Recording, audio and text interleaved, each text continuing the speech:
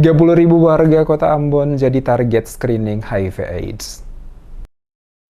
Dinas Kesehatan Kota Ambon menargetkan sebanyak 30.000 warga Kota Ambon menjalani screening guna memastikan pergerakan naik turunnya angka kasus penderita HIV/AIDS di Kota Ambon. Demikian keterangan Kepala Dinas Kesehatan Kota Ambon Wendy Pelupesi saat mengadakan jumpa pers bersama tim dari Yayasan Pelangi Ambon di Balai Kota Ambon pada Rabu 13 September 2023. Dikatakan Pelupesi, Dinas Kesehatan Kota Ambon, dalam upaya memutus mata rantai penularan penyakit HIV/AIDS, pihaknya melakukan screening kepada warga dan sesuai rencana, sebanyak 30.000 warga menjadi target dilakukan screening. Saat ini dari 30.000 target warga yang direncanakan, pihaknya telah melaksanakan screening kepada kurang lebih 13.000 warga pada lokasi-lokasi yang dianggap memiliki tingkat resiko cukup tinggi di wilayah Kota Ambon. Manfaat screening, kata Pelupesi, agar dapat mendeteksi sejak dini penderita HIV/AIDS sehingga mendapatkan penanganan sekaligus mengetahui pergerakan naik atau turunnya angka kasus HIV/AIDS di Kota Ambon.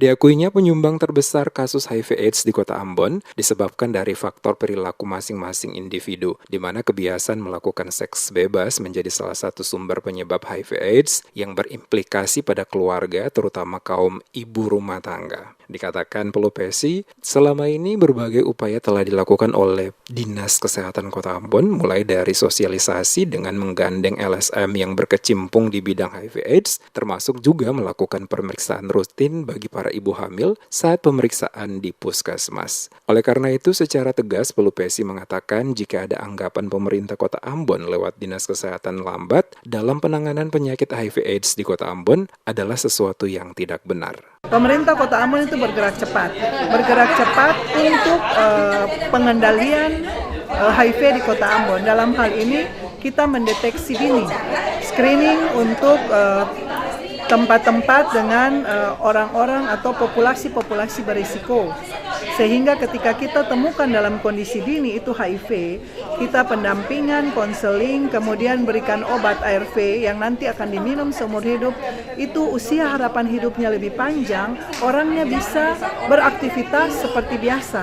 Tetapi ketika kita temukan dalam kondisi yang sudah AIDS, ya itu sulit untuk orang itu bisa usia harapan hidupnya masih bisa lebih baik seperti itu.